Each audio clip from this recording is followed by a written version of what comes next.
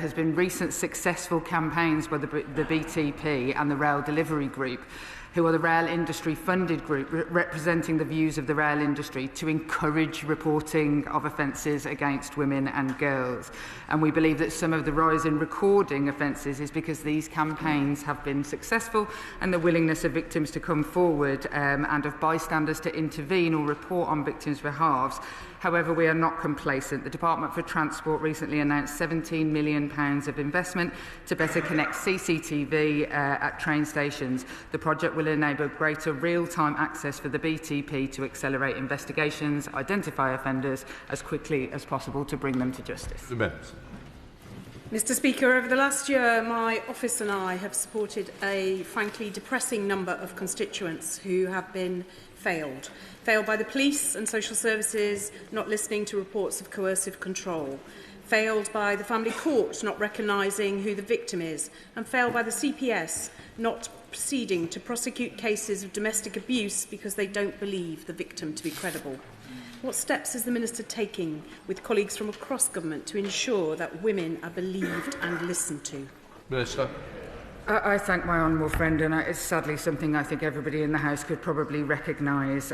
We are strengthening the justice system to better support victims and have committed to ensuring there are specialist rape and sexual offences teams in every police force, and ensure police officers receive stronger training on violence against women and girls, including coercive and controlling behaviour. We will also ban anyone with a history of violence against women and girls from joining the police force, and increase the powers of the Victims Commissioner through the Victims and Courts Bill so they can hold criminal justice systems accountable and independently scrutinise the Victims' Code of Compliance. Stephen. Thank you, Mr. Speaker. Survivors of domestic abuse and violence, along with their children, must be able to access affordable housing. The local housing allowance introduced by the last Labour government to cover the lowest 50% of private rents now only covers 1% of private rents in Wales and 2.4% in England.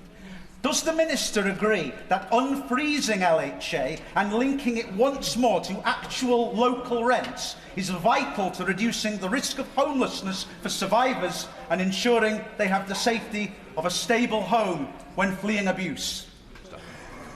I thank the honourable gentleman for his passionate plea, and absolutely will take up his suggestions in those meetings I have already referred to that we have.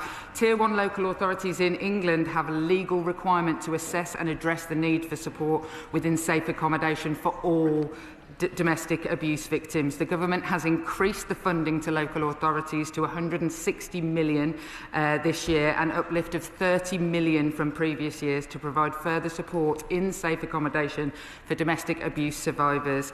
The Ministry for Housing, Communities and Local Government has published statutory guidance which is clear that local authorities should ensure that sufficient suitable support in safe accommodation is available to meet the needs of victims locally. Simon Offer.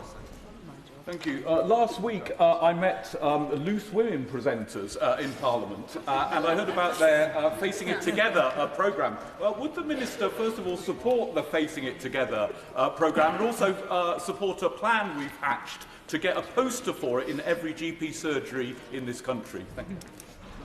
Minister. I absolutely would support the Loose Women on this. I was about to say I'd like to think of myself as one, but I'm not sure that would come across as well.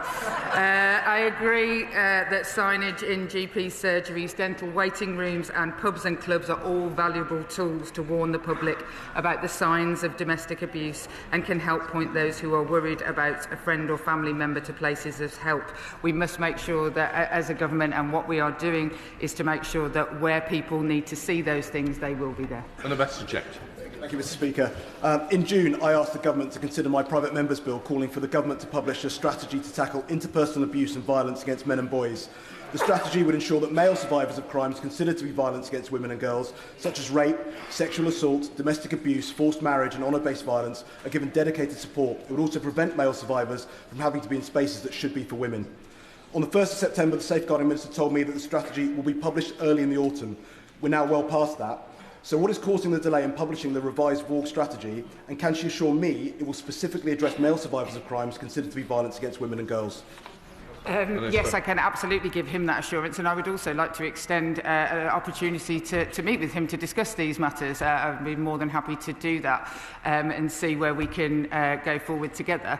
And what I can say about what is causing the delay is that this will be completely cross-government and has to be made sure that in allocations processes and all the things that go on in government departments that it is as good as it possibly can be, because the NAO reports about previous VOG strategies leaves quite a lot to be desired, and I don't want that to happen. Brenda Just. Thank you, Mr. Speaker. In the last couple of months, the West Midlands has seen a spate of racially motivated attacks on women of colour, including rapes of Sikh women, who now tell me that they are scared to walk on our streets or use public transport to go to work. Does the Minister agree that there is no place in Britain for any kind of racial hatred?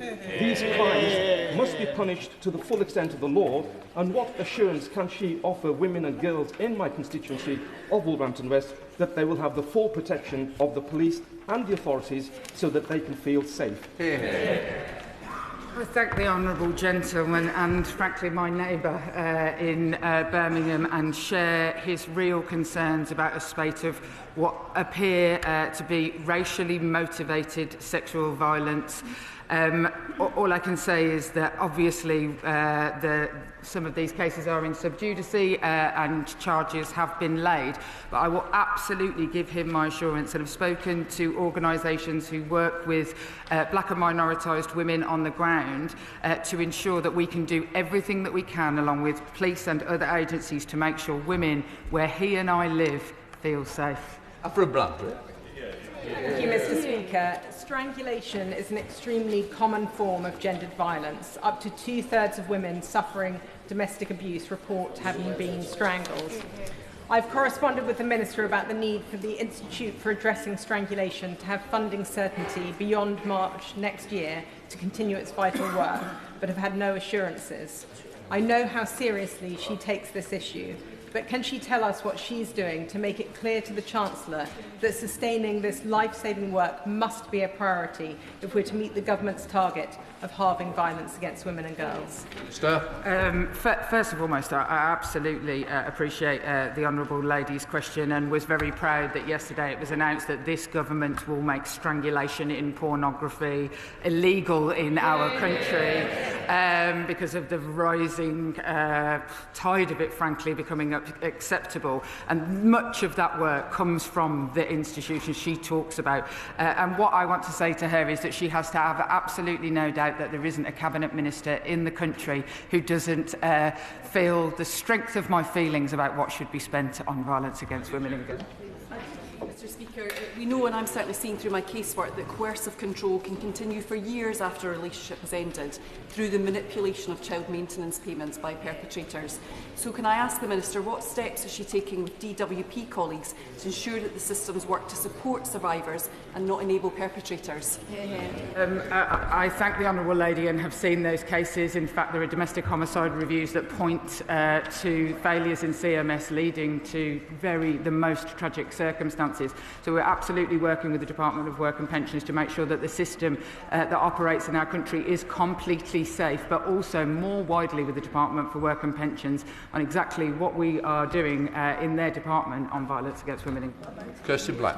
A constituent who was domestically abused by a dependent on her visa. She's been trying to seek information from UKVI about whether or not this individual is still in the UK or still has a visa. I'm wondering if the Minister would consider something similar to Clare's Law, so that people have got the right to ask about whether or not what somebody's current visa status is, and UKVI can release that information to them. I thank the honourable lady and have handled cases not dissimilar to myself where a third party cannot be given the information, so I understand absolutely her frustration. And in that area obviously that sits within the Home Office is an area that I scrutinise very closely, and I will gladly take away her recommendations because I think, frankly, they're quite good ones. Carla Lockhart.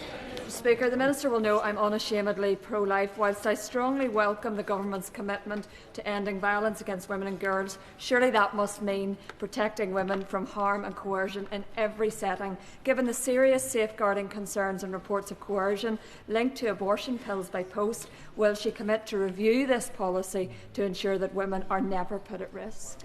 Minister. The Honourable Lady makes a very important point about how women's health and can be used in coercion, especially their fertility, on both sides of the coin, about not having an abortion and having an abortion. She, unlike her, she will know I am positively pro-choice. However, she absolutely is right that when we look at any regulation around changes in abortion legislation in our country, that those conversations will absolutely be going on and all safeguards will be put in place. Shall Secretary of State Mims Davies.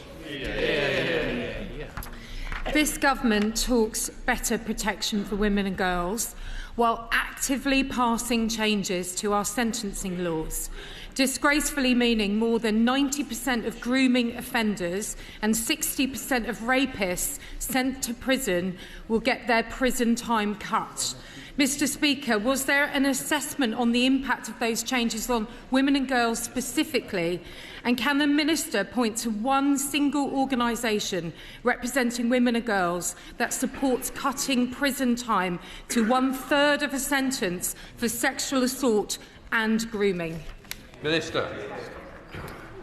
I'll have to go away and check exactly what the Minister has said with regard to the people she says will be released, because there are, of course, exceptions, more exceptions than there were under her government's prison release scheme, because people like me and my honourable friend had oversight of it and cared about women in this process. But what I'm going to say is that it is absolutely shocking that a government that oversaw the total collapse of our prison system wouldn't then, where we wouldn't be able to arrest rapists because there wouldn't be places for them to go into prison, can dare to stand there and suggest that that is something that we should... It is unbelievable that she cannot recognise her own role in it. Bridget Goldman, Liberal Democrat spokesperson. Thank you, Mr. Speaker. I recently met with the Centre for Action on Rape and Abuse, also known as CARA, who support thousands of victims and survivors of sexual violence across Essex, including in my constituency of Chelmsford. CARA are concerned about future funding and the need for a stronger focus on tackling sexual violence. So will the Minister confirm that funding for the Rape and Sexual Abuse Support Fund and independent sexual violence advisor services will continue beyond March 2026, and outline how the government will prioritise addressing sexual violence? Minister. I thank the Honourable Lady, and the Ministry of Justice, who oversee victims funding, absolutely ring-fenced the two different sexual violence funds, in fact, that she referenced in her question last year, to ensure that they were protected. And as for Onward, I find it vanishingly unlikely, is what I would say. But whilst the CSR is being allocated, it would be very difficult for me to stand here and say, but I find it very unlikely, as somebody who used to work in one of those services, that the idea that they won't be funded in the future. Heather Stevens. Please, Mr. Speaker. Minister.